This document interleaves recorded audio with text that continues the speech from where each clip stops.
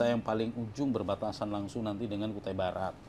Nah itu, ini di Desa Benang Raya, itu Dusun Lamindatu, ini dikerjakan dengan pihak ketiga, pihak yang spesialis mengerjakan ini. Assalamualaikum warahmatullahi wabarakatuh. Apa kabar Sobat Kukar dimanapun berada? Jumpa lagi dengan saya Tina Alvara, tentunya di podcast kebanggaan dari pemerintah Kabupaten Kutai Kartanegara. Dan hadir bersama saya kali ini Bapak Arianto Esos MSI. Beliau merupakan Kepala Dinas Pemberdayaan Masyarakat dan Desa Kabupaten Kutai Kartanegara. Selamat siang Bapak. Selamat siang Mbak Tina. Gimana kabarnya Pak? Alhamdulillah selalu baik. Alhamdulillah. Oke Pak, kali ini kita akan berbincang mengenai program pemerintah Kabupaten Kutai Kartanegara yang salah satunya ada di DPMD ya Pak, yaitu Dinas program Pemberdayaan Masyarakat dan Desa, yaitu program Terang Kampungku. Ini sebenarnya program apa sih Pak Terang Kampungku ini dan sasarannya siapa? Izin Mbak Tina, terima kasih kami sudah dipanggil ke Diskominfo berkaitan podcast. Kami juga berkepentingan untuk mensosialisasikan salah satu program yang kebetulan hari ini kita berkaitan dengan program Terang Kampungku. Jadi program Terang Kampungku ini salah satu program unggulan yang ada di dalam visi misi Kukar Idaman pemerintahan saat ini, yaitu 2021-2026. Di mana dalam program unggulan ini berkaitan dengan Terang Kampungku, yaitu bagaimana nanti pemerintah daerah bisa memberikan layanan dasar berkaitan dengan pemenuhan listrik di seluruh wilayah Kutai Kartanegara, baik itu di desa, di kelurahan yang ada di 193 desa atau di 44 kelurahan dan di 20 kecamatan di Kutai Kartanegara itu dipastikan mendapat listrik 24 jam seperti itu. Itu yang dimaksud dengan program Terang Kampungku. Seperti itu. Jadi sasarannya itu seluruh lapisan masyarakat di Kutai Kartanegara yang ada di 193 desa, yang ada di 44 kelurahan yang terdiri dari 20 kecamatan ini. Jadi seperti itu. Oke, lantas untuk data sendiri Pak, untuk daerah atau wilayah yang dijadikan target penerapan program Terang Kampungku sendiri Pak? Ya, jadi di dalam secara spesifik Terang Kampungku ini dirumuskan untuk memenuhi listrik yang remote area, yang daerah-daerah secara geografis tidak terjangkau oleh PLN seperti itu. Itu awalnya. Jadi kalau dirumuskan di dalam RPJMD, di dalam Kukar Idaman, RPJMD 2021-2022, targetnya itu sebetulnya hanya 17 titik. 17 lokasi yang ada di Kutai Kartanegara itu yang pada saat penyusunan RPJMD itu dikatakan belum terpenuhi listriknya secara 24 jam. Jadi seperti itu. Nah, artinya ada yang dipetakan, setelah dipetakan dari 17 titik yang dianggap belum memiliki listrik 24 jam itu, secara geografis ada yang masih bisa terjangkau oleh jaringan PLN. Ya, ada yang secara geografis tidak bisa terjangkau oleh jaringan PLN. Maka untuk implementasi program Terang Kampungku ini, konsep operasionalnya atau pelaksanaannya itu ketika ada kajian, sebelumnya ada kajian ya, setelah dilakukan kajian maka dirumuskan dalam kajian itu, oh ternyata 17 titik itu ada yang bisa pakai PLN, ada yang tidak bisa. Nah, disepakatilah kebijakan yang bisa kita dorong kepada pihak PLN untuk bisa memenuhi listrik-listrik yang belum ada di wilayah tersebut, gitu ya, mengkoordinasikan kepada pihak PLN. Kemudian yang memang di dalam kajian itu tidak bisa, saya sering sampaikan biar sampai kiamat, gitu kan, karena yang ada di balik bukit, di balik gunung, di tengah danau, di pedalaman yang jauh, jadi secara operasional PLN nggak bisa membangun. Nah, itu kebijakan kita adalah membangun PLTS komunal, pembangkit listrik komunal tenaga surya, gitu, seperti itu yang nanti kita bagikan ke listriknya kita berikan kepada masyarakat sehingga bisa menerangi seluruh wilayah itu selama 24 jam. Nah, 17 titik itu sekarang sudah bisa dipenuhi. Sudah terpenuhi? Ya, sudah terpenuhi. Ada yang belum, seperti itu, ada yang belum. Nah, tapi dalam proses pelaksanaannya, karena pimpinan kita, Pak Bupati itu selalu belusukan di 193 desa dan 44 kelurahan, termasuk kami ternyata kita masih temukan dan kami sudah melaksanakan lebih dari 17 titik itu gitu, untuk pemenuhan listrik. Jadi yang ada di dalam RPJMD 2021-2024 itu 17 titik itu hanya menyebutkan desa, kelurahan gitu. Ternyata di dalam desa, di dalam kelurahan itu ada RT, ada dusun ya. Nah, di dalam ketika kita temukan di RT desa ini secara desa induknya dia sudah berlistrik. Tapi nanti di jauh tempat ada dusunnya belum berlistrik. Nah, itu belum ada yang begitu ada di wilayah jauhnya ada RT yang belum berlistrik. Nah, di pusat pemerintahan desanya sudah berlistrik 24 jam. Nanti di tempat jauh ada lingkungan RT, misalnya RT berapa itu belum berlistrik. Nah, kita temukan dalam proses saya 2 tahun di DPMD mengikuti Pak Bupati, kita temukan. Bahkan sekarang sudah pengembangan tidak hanya 17 titik, tetapi kita menemukan ada 35 titik yang harus kita tangani listriknya itu. Dan alhamdulillah sudah semua. Catatan saya hanya ada yang belum ini 1, 2, 3, 4, 6 titik saja dari 35 titik yang kita temukan pemukiman yang belum berlistrik. Nah, jadi sampai dengan tahun 2024 ini hanya masih tinggal 6 yang bisa belum, dikatakan justru melebihi target ya Pak ya? Sudah melebihi target. Tapi yang kita akui dari 17 itu belum semua karena memang berkaitan dengan pihak PLN yang belum siap membangun seperti itu. Kalau memang kebijakan pakai PLT sudah semua kita bangunkan. Oke, berarti tetap untuk verifikasi awalnya bekerja sama dengan PLN ya Pak ya? Dengan PLN. Untuk melihat wilayahnya. Betul ya, karena kebijakannya tadi kan memenuhi listrik 24 jam. Nah, nanti kita temukan lokasinya, lokusnya yang awalnya 17. Nah, ternyata kita dalam perjalanan menemukan 35 titik. Nah, kita lakukan kajian, kita survei, ternyata titik ini kalau kita kaji itu masih bisa dibangun jaringan PLN, memungkinkan. Kita sampaikan PLN, ini bisa. Nah, ternyata kita lakukan kajian, ini tidak bisa, harus pakai PLTS, pembangkit tenaga surya. Karena di Kutai Kartanegara, kebijakan Pak Bupati untuk memenuhi listrik yang lokasinya itu secara geografis tidak terjangkau atau remote area adalah PLTS komunal seperti itu. Oke, untuk pembangunan PLTS komunal sendiri Pak, dari pihak DPMD, apakah bekerja sama dengan pihak ketiga atau seperti apa? Ya, jadi untuk PLTS komunal itu sebetulnya kan yang bisa mengerjakan itulah Dinas SDM. Nah, karena kita di Kutai Kartanegara nggak ada SDM. Adanya di provinsi itu menjadi tantangan tersendiri, hambatan tersendiri bagi kita gitu. Nah, tapi ada ruang kebijakan, ada ruang regulasi yang membolehkan desa untuk memenuhi listriknya secara mandiri. Nah, desa boleh mengerjakan pemenuhan listrik sendiri. Ada kewenangan listrik, kewenangan tentang bahwa desa itu bisa mengelola listrik sendiri. Ada listrik desa. Nah, itu yang diambil kita ruang itu. Nah, untuk memenuhi pembangunan PLTS komunal, kita melalui kebijakan BKKD, ya program BKKD, program bantuan keuangan khusus kepada desa. Nah, kebijakan inilah yang kita ambil. Kita transfer dana, sejumlah dana yang dibutuhkan untuk membangun PLTS komunal itu kepada desa, nanti desa sendiri yang mengerjakan.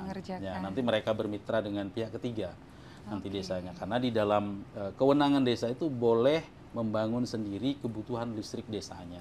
Oke, setelah terbangun sarananya Pak, pasti juga ada perlu ilmu untuk manajemen pengelolaannya. Betul. Ya, harus. Nah, itu seperti apa Pak? Ya, jadi kita sudah membuatkan semacam petunjuk teknis. Karena yang membangun PLTS ini sarana prasarana PLTS ini kan sarana spesifik kan, nggak semua orang mengetahui, memahami. Nah, jadi ada penyedia khusus. Makanya kita meminta kepada pihak desa ini dikerjakan dengan pihak ketiga, pihak yang spesialis mengerjakan ini. Nah, lanjutannya adalah ketika itu dibangun, maka ada transfer knowledge-nya kepada pengelola PLTS ini atau kepada masyarakat, orang yang ditunjuk oleh pemerintah desa untuk nanti mengurus bangunan itu atau mengurus penyiapan tenaga listrik komunal ini yang nanti akan diajarkan oleh penyedia.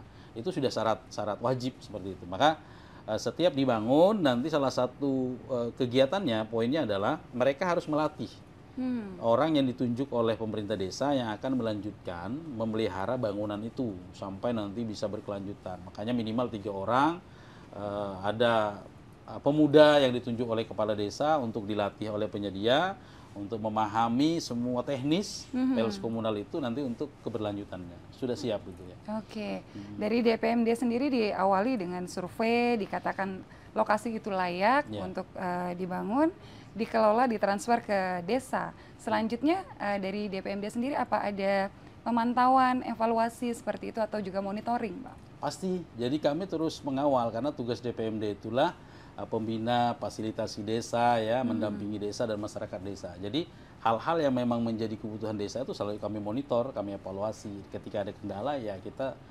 mendampingi desa supaya bisa menyelesaikan, mencarikan solusi seperti itu. Oke, untuk pembiayaan program ini sendiri Pak, apakah full 100% dari APBD atau mungkin juga ada kontribusi dari perusahaan atau pihak ketiga yang ada di lingkungan Kutai Kartanegara? Ya, jadi untuk pelaksanaan program Terang Kampungku itu semua pakai APBD.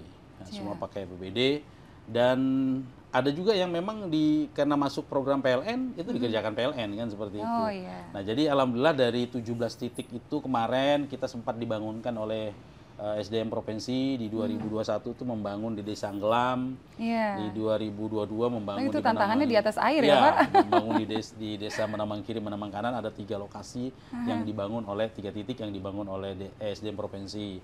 Nah, itu sudah bisa dimanfaatkan oleh masyarakat kita. Kemudian yang pakai APBD kita sempat bangun di Liang Buaya itu 2 lokasi dengan anggaran yang pertama 11 miliar, yang kedua ada 6 miliar.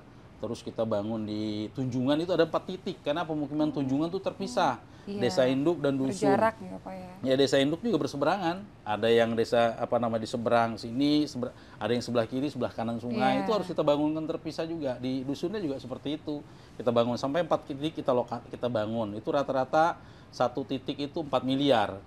Ada yang 6 miliar. Jadi kalau di Tunjungan itu sudah, kalau saya hitung ada sekitar 18 miliar untuk bangun 4 titik. Sudah selesai semua, Mbak. Terus ada di Desa Kupang Baru, itu di Kecamatan Muarakaman juga, Liang Buaya, Muarakaman, Menamang Kiri, Menamang Kanan, Muarakaman, Tunjungan, Muarakaman. Nanti Kupang Baru tuh Muarakaman, memang jauh di dalam pedalaman sungai itu. Jadi Kupang Baru juga terpisah, ada desa induknya namanya Kupang Baru, itu pusat pemerintahannya, nanti Dusun Mekarsari namanya. Itu 1,5 jam dari desa induk, yang saya katakan tadi, kalau desa induknya terpenuhi tapi dusunnya belum. Ini sudah kita bangun juga di tahun 2023, anggarannya di Kupang Baru itu 6 miliar dengan 4 miliar, 10 miliar kita bangun. Sekarang sudah bisa dinikmati masyarakat seperti itu. Nah, ini juga lagi pengembangan. Kita di 2024 lagi membangun di Tani Baru, Anggana, itu di tengah laut. Kan nggak mungkin PLN masuk, kita bangunkan juga anggarannya 9,7 miliar.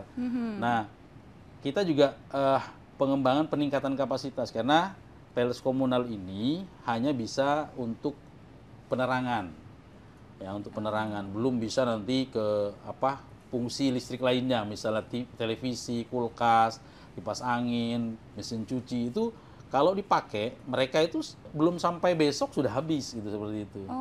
Jadi makanya ini kita akan pengembangan peningkatan kapasitas, salah satunya nanti kan pertama kali kita menerapkan PLTS komunal ini di Muaranggelam, Desa Muaranggelam, Kecamatan Muarawis. Kita bangun sejak 2015 ya. Nah, sekarang di 2024 kita tingkatkan kapasitasnya. Kita beri anggaran sekitar 4,8 miliar. Nah, nanti targetnya kalau ini terbangun, informasi Pak Kades akan bisa menghidupkan kulkas, menghidupkan televisi seperti itu. Ada peningkatan kapasitas. Ya, jadi nanti akan meningkat lagi kesejahteraan masyarakat. Mereka bisa dengan kulkas bisa produksi katanya, karena di sana kan kebutuhan es batu itu ya, harus didatangkan dari Kota Bangun, dari Muara Muntai. Nah, kalau mereka bisa produksi sendiri di desa, ya itu akan mengurangi beban biaya seperti itu. Jadi ini yang lagi kita kembangkan. Dampaknya juga ke arah ekonomi juga. Ya betul, pasti. Ya, Pak, ya? Termasuk ketika di malam hari itu listrik sampai pagi, itu kegiatan mereka juga bisa lebih panjang. Betul. Kalau kemarin mereka itu berkegiatan mungkin hanya sampai jam 10 karena PLN-nya kan sampai jam 12 saja. Nah, sekarang kalau mereka bisa beraktivitas malam, listrik sudah tersedia, otomatis produksi mereka bisa meningkat. Itu sampaikan kepada kami. Jadi Pak, kami sekarang sudah bisa bekerja malam karena lampu kami bisa tambah. Kalau dulu masih pakai diesel, nambah lampu harus nambah biaya seperti itu. Jadi mereka bisa beraktivitas malam. Akhirnya ada peningkatan produktivitas ekonomi juga. Iya, luar biasa memang perhatian dari pemerintah Pak ya. Pak Bupati sendiri turun langsung. Akhirnya dari yang tadinya 17 titik jadi 35 titik. Sudah terpetakan dari 35 titik. Dan itu sudah kita kerjakan Sudah semua. running semua Ada ya, yang Pak? memang seperti misalnya saya kasih contoh, kemarin berpuluh tahun kata Pak Kades, Selok Palai, Kecamatan Muara Badak, ada di RT 9 dan 12. Di salah satu itu 10 kilo dari desa induk Selok Palai itu. Nah, itu sudah 10 tahun lebih Pak, belum kami sudah berlistrik di sana, nggak berlistrik. Kami usulkan terus, saya bilang, ngusulkan yang seperti apa? Seperti apa? Gitu kan. Ya saya ngurus sendiri, oh beda saya bilang, nanti coba kita masuk ke DPMD, nanti saya sampaikan ke Pak Bupati, karena seperti itu, karena sudah ada kebijakan ini. Karena Pak Bupati berkomitmen bahwa di Kutai Kartanegara itu wajib hukumnya seluruh masyarakat dapat listrik 24 jam seperti itu. Nah, masuklah surat mereka ke Pak Bupati disposisi, kita lakukan rapat koordinasi, kita panggil PLN, kita sampaikan bahwa desa Selok Palai itu ada sekitar 30 KK, jaraknya 10 kilo dari jaringan terluar PLN. Alhamdulillah dibangunkan, Mbak. Tahun 2023 sudah nyala semua gitu. Wah. Itu tidak masuk titiknya yang ada di RPJMD, RPJMD gitu. malahan. Karena desa Selok Palai itu sudah berlistrik, desa induknya. Gitu. Nah, tapi dalam perjalanannya ditemukan seperti itu. Ini yang terdekat di desa Benang Raya. Itu dusun Lamin Datu. Itu kan puluhan tahun bahkan ratusan tahun puluhan tahun Tenggarong ini berlistrik. Desa Benang Raya, dusun Lamin Datu itu belum ber-PLN warganya. Baru di tahun 2023 menyala. Setelah Pak Bupati naik trail ke sana, ketemulah warga yang belum berlistrik. Pak, kami nggak ada listrik. Ya sudah kita urus. Alhamdulillah 2003 nyala. Karena kita koordinasikan dengan pihak PLN. PLN bangun jaringan. Hanya 3 kilo dari jaringan terluar di desa Bendang Raya itu. Tapi belum terurus. Alhamdulillah sudah. Nah ini di Tenggarong seberang, di Dusun Berambai berbatasan dengan Samarinda. Itu kurang lebih 70 KK kita di sana belum berlistrik. 2024 awal sudah berlistrik. Seperti itu. Itu tidak masuk titik yang ada di dalam RPJMD yang 17 tadi. Gitu. Jadi memang ketika kajian membuat RPJMD ini yang dibaca itu hanya desa kelurahan gitu kan. Desa dan kelurahan. Ternyata di dalam desa dan kelurahan ada wilayah lingkungan RT, ada wilayah dusun dan di situ belum berlistrik. Dengan belusukannya Pak Bupati, dengan kita sering turun, kita temukan dan kita urus berlistrik. Nah ini yang belum saya sampaikan sekalian, di dalam 17 titik itu ada salah satunya di Kecamatan Kenohan. Kecamatan Kenohan itu desa Lamin Telihan dengan desa Lamin Pulut. Itu desa yang paling ujung berbatasan langsung nanti dengan Kutai Barat. Nah itu rencananya 2024 ini dibangun oleh PLN. Syaratnya kemarin oleh PLN, asal kita membangunkan jembatan yang ada di desa Kelekat, Teluk Bingkai yang menuju ke dua desa itu, karena jembatan di desa Teluk Bingkai itu tidak bisa dilewati oleh mobil material PLN untuk mengangkat tiang yang panjang beton itu nggak bisa, karena konstruksinya kayu, kalau dilewatin pasti roboh. Alhamdulillah PU sudah membangun jalan itu di akhir 2023. Nah kemarin di awal 2024 sudah diresmikan. Nah ketika PLN mau mengerjakan proyek itu, kebijakan pusat PLN itu bahwa untuk di Kalimantan Timur untuk percepatan pelaksanaan IKN semua anggaran itu dioptimalisasi ke IKN, memenuhi listrik IKN. Maka yang tersebar di wilayah-wilayah itu ditunda. Nah, tapi disampaikan oleh pihak PLN 2025 pasti dibangun untuk yang desa Lamin Pulut, Lamin Telihan, karena nggak ada kendala. Jalan kita sudah siapkan aksesnya untuk. Ya, salah satu kendalanya kan untuk membangun jaringan PLN itu akses jalan. Iya, betul. Nah, termasuk saya sampaikan satu yang belum terbangun di Kecamatan Muarawis, ada desa Sebemban Dusun Kuyung. Itu belum berlistrik PLN. Kenapa? Karena PLN belum bisa membawa material ke sana. Jadi dari desa Sebemban itu sekitar 7 kilo ke Kuyung itu masih banyak gorong-gorong jembatan yang belum selesai. Nah, ini kan masih dikerjakan PU. Nah, nanti kalau sudah selesai, PLN siap bangun lagi di sana. Kurang lebih ada 90 KK di sana, siap mendapatkan listrik misalnya 2025. Nah, contohnya di Melintang itu udah desanya umuran ratusan tahun. Ini sudah menyala. 24 jam pakai PLN. Karena kita sudah bangun jalan ke sana, PLN sudah bisa bawa material saya sudah dibangunkan. Dia berjarak 7 kilo dari jaringan terluar PLN sudah dibangun. Nah, jadi ada satu lagi yang belum di Kelurahan Muara Jawa itu ada RT, saya lupa RT-nya ini RT berapa ini Mbak, ini ada Muara Jawa ini di Muara Kembang ya, Muara Kembang Kelurahan Muara Jawa itu. Nah ini masih kita koordinasi dengan PLN. karena awalnya itu mau PLTS, tapi dia kelurahan, nggak bisa kita bantu BKKD. Karena kelurahan ini tidak bisa menerima bantuan keuangan. Iya, bisanya seperti desa itu, ya, bisanya Pak. desa. Betul. Nah, jadi ini kemarin kita koordinasi PLN, ternyata PLN bisa untuk membangun di sana. Ini masih di koordinasi intensif bagaimana nanti bisa PLN secepatnya membangun jaringan di sana. Untuk PLTS komunal sendiri Pak yang sudah berjalan, bentuk evaluasi sampai dengan tahun 2024, apakah ada daerah, desa atau kelurahan yang jadi catatan tersendiri dalam segi pengelolaannya mungkin, atau mungkin ada kendala dalam perjalanannya sampai saat ini Pak? Ya, kan saya sampaikan di awal untuk PLTS ini ada yang dibantu oleh pihak provinsi ya, provinsi, dan kita sendiri melalui APBD yang kita serahkan ke desa. Alhamdulillah yang kita bangun sendiri melalui desa sudah berjalan semua, nggak ada masalah sampai dengan saat ini. Ya, Pak? Ya, kami monitor sudah masih menyala 24 jam, bisa dikelola oleh desa, yang Liang Buaya, Tunjungan, Kupang Baru gitu seperti itu, yang di Moranggelam, ini jalan semuanya. Tapi yang dibangun oleh SDM provinsi kayak khususnya di Menamang Kiri, Menamang Kanan itu ada laporan kurang maksimal. Nah, ini sudah diperintahkan juga oleh Pak Bupati, kami turun ke sana untuk memeriksa seperti apa nanti kita bisa memperbaiki atau memaksimalkan kembali fungsi dari PLTS yang dibangun pihak provinsi itu. Karena memang ini perlu kehati-hatian. Karena dibangun provinsi tentu ranahnya nanti beda ya, ranahnya beda. Nanti kita akan kaji apakah ini sudah diserahkan full kepada pemerintah desa sehingga menjadi aset desa. Nanti kalau sudah bisa menjadi aset desa, pemerintah daerah bisa membantu memperbaiki seperti itu. Ya, ini akan kita bertahap karena ini kan ibaratnya sudah dibangun, nanti kita fokus dulu yang belum supaya nanti bisa tercapai target sebenarnya. Iya, oke. Respon dari masyarakat sendiri, Pak, bagaimana untuk mengenai program Terang Kampungku nih, Pak? Ya, alhamdulillah Mbak, kita juga selain membangun pembangkit listrik, PLTS komunal, kemudian jaringan PLN, kita ada pengembangan ini.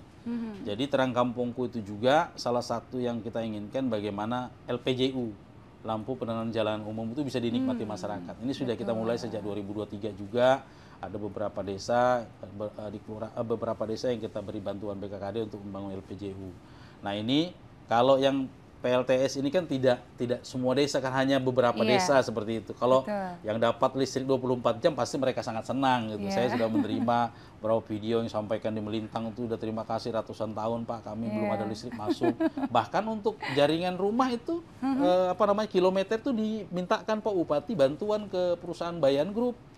Dibantu masyarakat itu dipasangkan gratis. Kalau tidak salah 200 rumah di Melintang, 200 rumah di Desa Bukit Jering. Karena mereka dibangunkan jaringan PLN, akhirnya pemasangan rumah itu karena mereka masuk area wilayah binaan perusahaan, ya kita coba mintakan bagaimana ada CSR yang bisa memasangkan kilometer. Oh, ada, dibantu oleh Bayan. Desa Bukit Jering dibantu 200, kalau Melintang dibantu 200 unit, akhirnya gratis masyarakat pasang. Semuanya berterima kasih seperti itu. Termasuk yang PLTS itu juga semuanya kan PLTS hanya beberapa desa kalau tidak salah. Di Muara Kaman, Menamang Kiri, Menamang Kanan, Tunjungan, Liang Buaya, Kupang Baru, 5 desa berarti ya. Tambah nanti di Moranggelam, Linggelam, hanya ada 7 desa. Tapi 7 desa itu kan ada titik-titiknya yang banyak. Itu juga sudah sangat berterima kasih. Mereka yang biasanya mengeluarkan uang 300-400 ribu per bulan, ini sudah terkurangi. Kayak di Moranggelam itu hanya 100 ribu per bulan, yang biasanya 500 ribu seperti itu, sama. Karena biaya mereka untuk beli solar nggak ada lagi. Iya, betul. Nah, jadi yang paling banyak itu yang mereka merasakan ketika kita pengembangan program Terang Kampung, tidak hanya pemenuhan listrik 24 jam untuk masyarakat. Kita juga kembangkan LPJU di desa-desa yang selama ini gelap gulita. Itu diperintahkan oleh Pak Bupati dibuatkan LPJU-nya. Akhirnya kita buat program BKKD, bantuan keuangan desa, untuk memasang LPJU. Nah, sudah terang benderang. Sekarang ada ibu-ibu yang kirim video ke kami, sudah. Mereka sekarang nggak nongkrong di rumah lagi, sudah nongkrong di jalan gitu, main handphone di bawah LPJU. Itu bukti kami senang Pak, ini udah terang kampung kami. Akses jalannya sudah bagus, penerangannya juga bagus. Jadi mereka bisa beraktivitas, bisa bersilaturahmi tetap di malam hari seperti itu. Jadi beraktivitas. Jadi misalnya di siang itu dipulkan kerja, malam kami bisa santai dengan warga, itu seperti itu sampaikan. Sebenarnya untuk pembangunan penerangan di jalan umum itu apakah ranahnya DPMD atau ESDM, Pak? Oh iya. Setelah didirikan untuk maintenance-nya juga untuk LPJU-nya ya? Iya. Nah, sekarang kita nggak ada SDM kan lagi di Kukar. Jadi ditinjau dari tugas fungsi, LPJU itu ada di Dinas Perhubungan, ada juga di Dinas Perkim. Kalau DPMD itu nggak ada. DPMD Tapi ya? yang ada desa. Jadi saya katakan desa punya Iya. kewenangan memenuhi listrik desa. Salah satunya penerangan. Nah, Iya. kami ini hanya penghubung. Karena kami ini adalah yang membuatkan regulasi, yang memastikan anggaran itu masuk ke desa, maka salah satunya kami dorong, kami mintakan desa itu anggaran untuk membangun LPJU. Yang bangun tuh desa sendiri.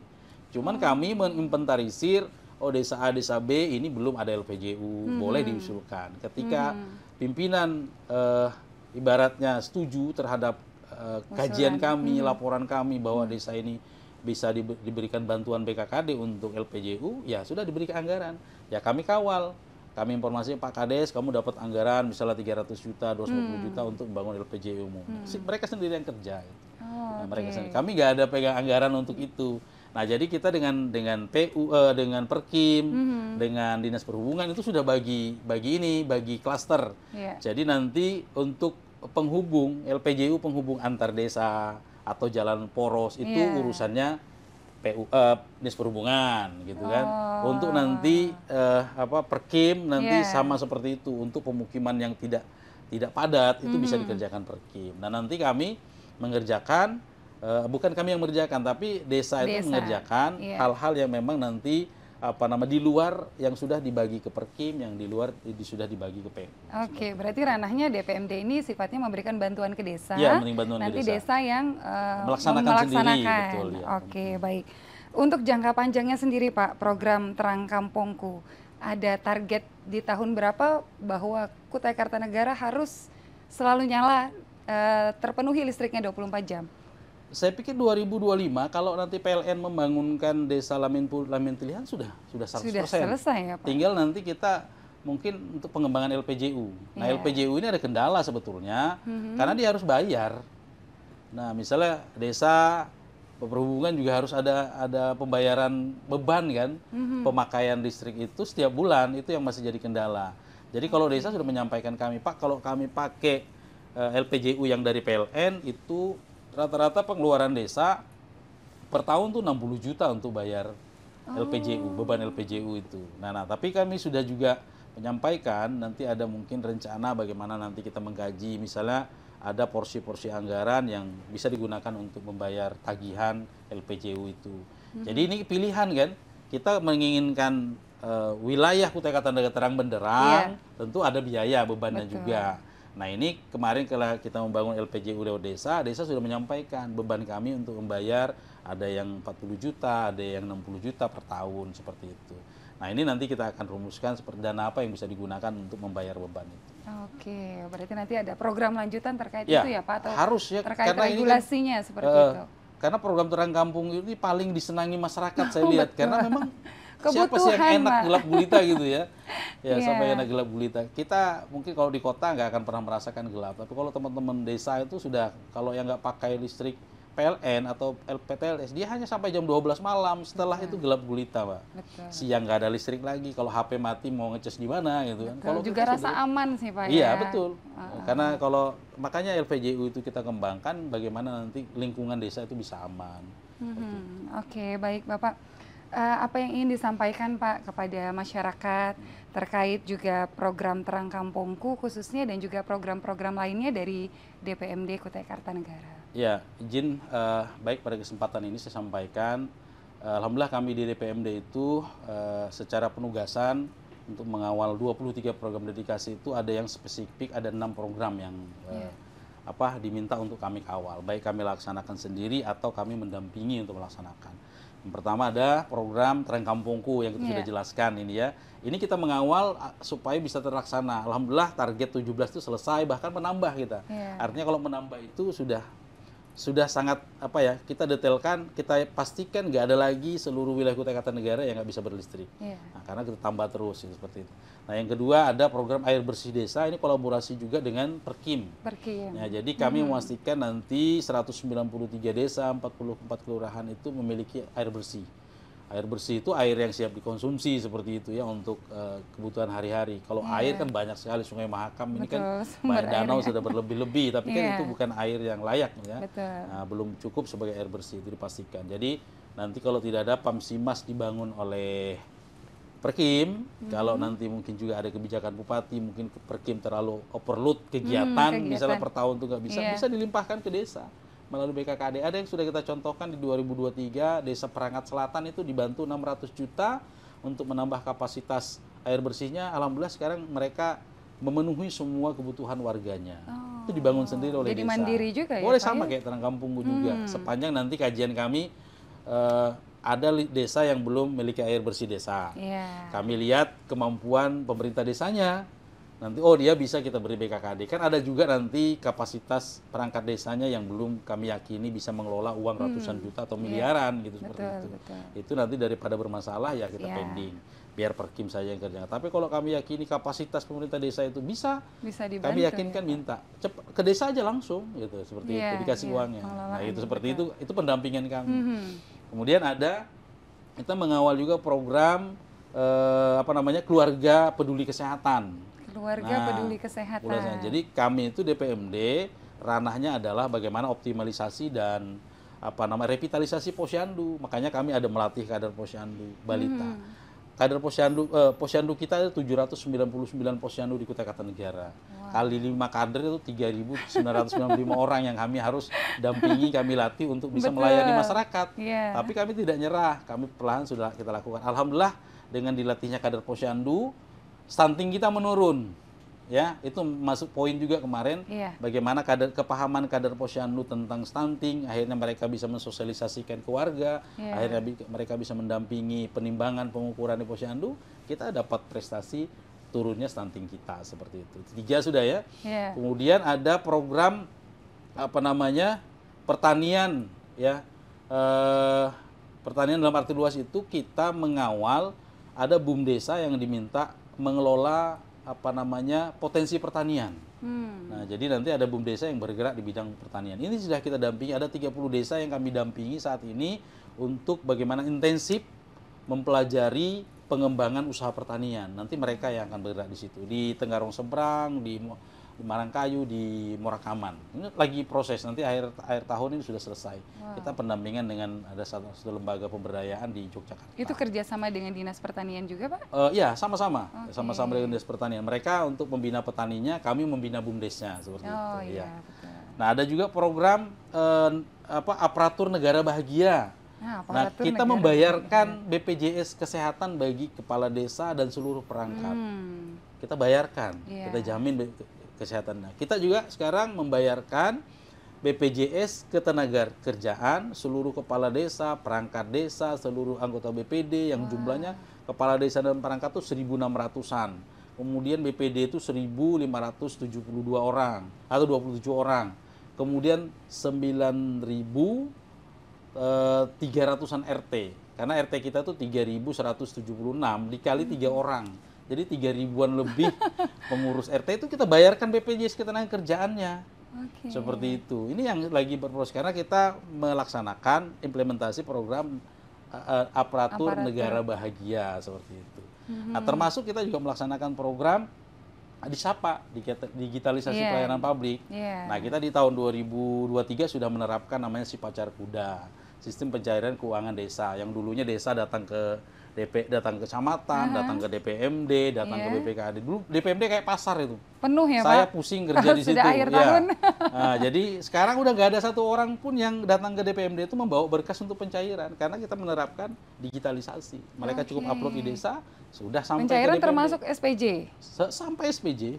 Seperti itu. Bahkan kita kerjasama dengan Penggal Timtara untuk membayar kepada penerima itu sudah non tunai dari desa. Nah, sekarang Kaur Keuangan sudah jadi kayak teller gitu, kayak kasirnya bank gitu. Dia dari rumah bahkan hari libur bisa kerja juga. Iya, bisa remote dari rumah ya, Pak. Jadi itu beberapa yang kita kerjakan. Pokoknya ada 6 program yang kita kerjakan di DPMD. Luar biasa memang program dari DPMD ini sangat luas dan memang betul-betul menyentuh ke masyarakat ya Pak. Ya, harapannya seluruh program yang Bapak sampaikan tadi dapat berjalan dengan baik, dapat langsung dirasakan oleh masyarakat, dan tentunya dapat meningkatkan pembangunan di Kutai Kartanegara. Baik Pak Arianto, terima kasih banyak atas hari ini. Walaupun di akhir tahun sibuk dengan kegiatan yang sudah berjalan ya Pak. Kita kayaknya awal tahun sampai akhir tahun sibuk Mbak. Sibuk terus ya Pak Iya. kalau DPMD.